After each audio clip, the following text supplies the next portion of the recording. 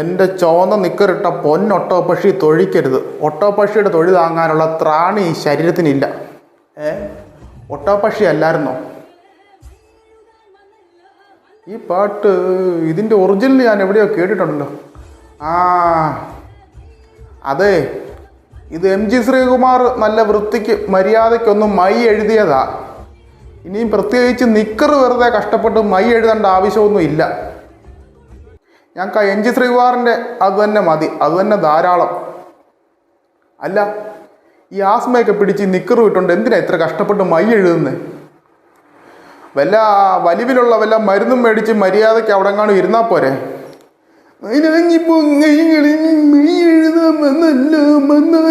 ചുണ്ടുകളിൽ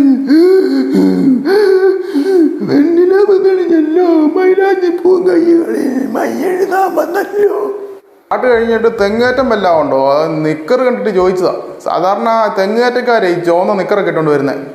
അതുകൊണ്ട് ഈ പണ്ടാരത്തിൻ്റെ പേരെന്നതാണോ?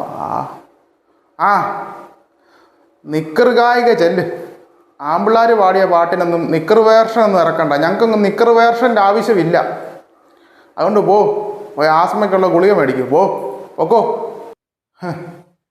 നിക്കറിട്ടുകൊണ്ട് വന്ന ഉടനെ പാട്ട് കണ്ടുപിടിക്കുകയില്ലെന്നാണ് ഓർത്തേ. നിനക്കൊക്കെ പാടാനായിട്ട് ലോകത്ത് എത്രയോ അളിഞ്ഞ പാട്ടുണ്ട്. അതേതെങ്കിലും ഒന്ന് പാടിയാൽ പോരെ. എനിക്ക് ഈ പഴയ പാട്ടുകളാണ് ഇഷ്ടം.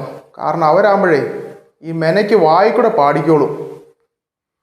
ഇപ്പോഴത്തെ ഈ പാട്ടുകാരൊക്കെ എതിലെവിടൊക്കെയാണ് പാടുന്നതെന്ന് തമ്പുരാനറിയാം.